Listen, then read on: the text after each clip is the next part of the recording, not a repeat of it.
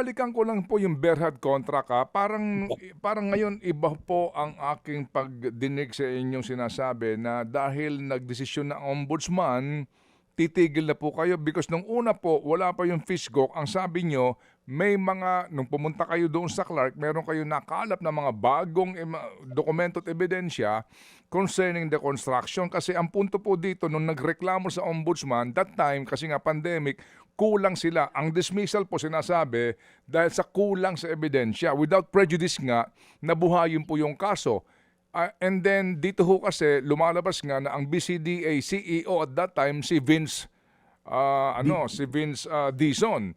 So and then bagamat nagpapaliwanag siya pero again kung babalikan mo yung investigasyon nila Risa Ontiveros, Senator Pampilo Lacson during that time, may sinasabi na prima facie evidence din na mukhang disadvantageous yung kontrata kasi sa halip na maglabas ng pera yung Berhad, umutang lamang sa DBP na kung saan po inutang sa DBP tapos tayo pa rin po yung nagbayad. So definitely po may problema doon sa contract. Although that time si Vince Dizon po na ngayon DPW Secretary ang dating pinuno nun. Nangangahulugan ho ba na titigil na kayo sa investigasyon? Kasi ngayon baka pagdudahan kayo na dahil si Vince Dizon ang involved dito, hindi na ho kayo tutuloy. Hindi po. Actually, is kasama po yan doon sa liliwanagin natin kasi ano yung portion po talaga na nahati dyan. Kasi lumalabas po, tama po yung sinabi nyo, merong pera na inutang sa DBP, nakita po namin yan.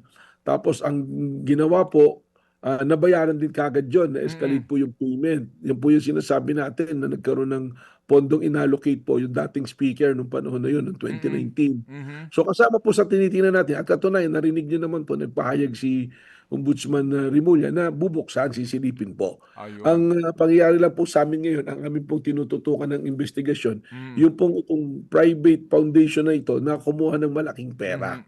Pero hindi naman po natin tinatalikuran kung may kinakailangan po investigasyon, gagawin po. Ang pangyayari po, meron po kasing complainant talaga doon sa PISGOC na yun po yung tinuro. Pero tama po kayo, binanggit ko po yun, merong mga reklamo rin doon po sa tungkol po dyan sa MTD na yan, yung Malaysian company, which is a joint venture agreement ng BCDA po tsaka po ng Malaysian company po. Doon po sa FISGOC, meron ka rin yung may reklamo. Sino ho kaya nagreklamo po o may reklamo hanggang ngayon?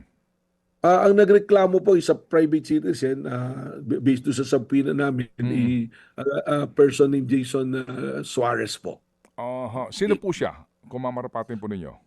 Well, I think ano po siya, graduate ng law school. Pero right now po, pati po yung mga PISGOC ngayon na, officers dati ng PSC tsaka POC, they're here to give a statement pero more like, as we hear them, is complaint po Reklamo rin po ang pumapasok po. Sige, gaano katagal ito ang inyo pong pag-establish po kung ito ho ba talaga meron pong probable cause?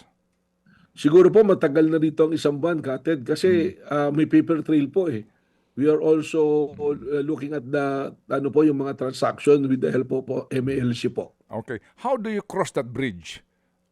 Kapag panahon na para kayo mag-subpoena o mag-invite, na nataon naman yung inyong iimbitahin, sinabihan kayo ng presiding officer na wag nyo nang babanggitin ng mga pangalan niya mga yan.